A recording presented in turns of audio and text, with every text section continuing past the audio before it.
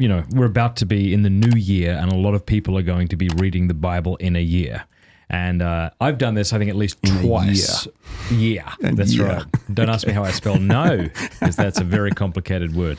But, I think I've done this a couple of times where, December hits and I get super pumped. I'm like, I'm going to do it. I'm going to do it. Right. And I don't do it. I'm like crushing it for about 3 months, and then I don't. Thankfully, there's a lot of people who are much better than I am and have done it, and have listened to, say, Father Mike Schmitz's Bible in a Year podcast. But I don't know. Let's. What would be the advantage in doing that?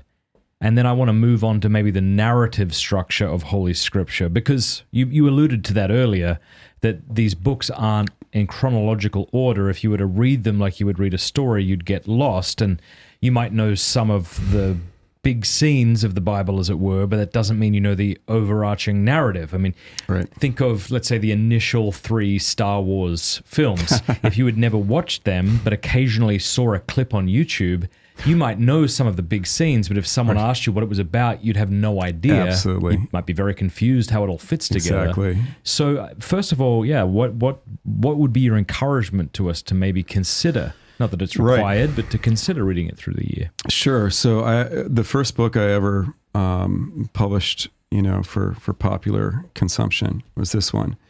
And I actually wrote this as to address the issue that you're talking about, which is to introduce Catholics who have never gone through the Bible before to the storyline. And so I would recommend, even before attempting to read the entire Bible in a year with Mike Schmitz, which I would recommend that people do. I would say something like every like 3 to 5 years, it's a good idea to read through the Bible. Right. Because it, having that comprehensive exposure makes your experience of Scripture in mass so much richer, because you have the background and the context.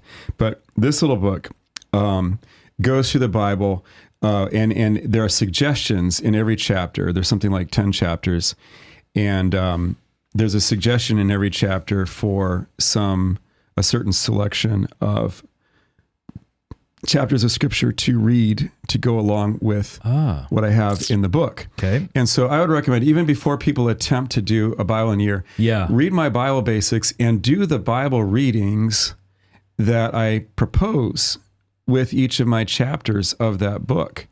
And if you do that, you will get the 30,000 foot overview, like flying from New York to LA and seeing the whole lay of the land. Yes. And it's a profoundly orienting experience. And you'll get an understanding of the progression. Then you can go back and then, highly recommend Father Schmitz's podcasts, and then do that in a year as a next step after my little intro. And another thing to consider too, I know Ascension has, I think, a 3-month Bible reading plan that, again, which we'll get to, takes you through the narrative of Scripture. Sure. So that might be something good to do, because one of the things I've really enjoyed about this Old and New Testament Ignatius Study Bible is, as I said earlier, reading 1 chapter a day.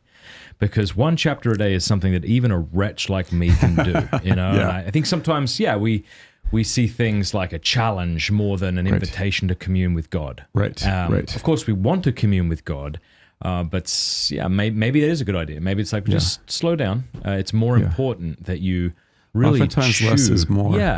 Chew on maybe a chapter a day or something like that. Yes, I'm totally with you on that. Hey, thank you so much for watching. Before you go, do us a favor, leave a comment, let us know what you thought of the video, like, and subscribe.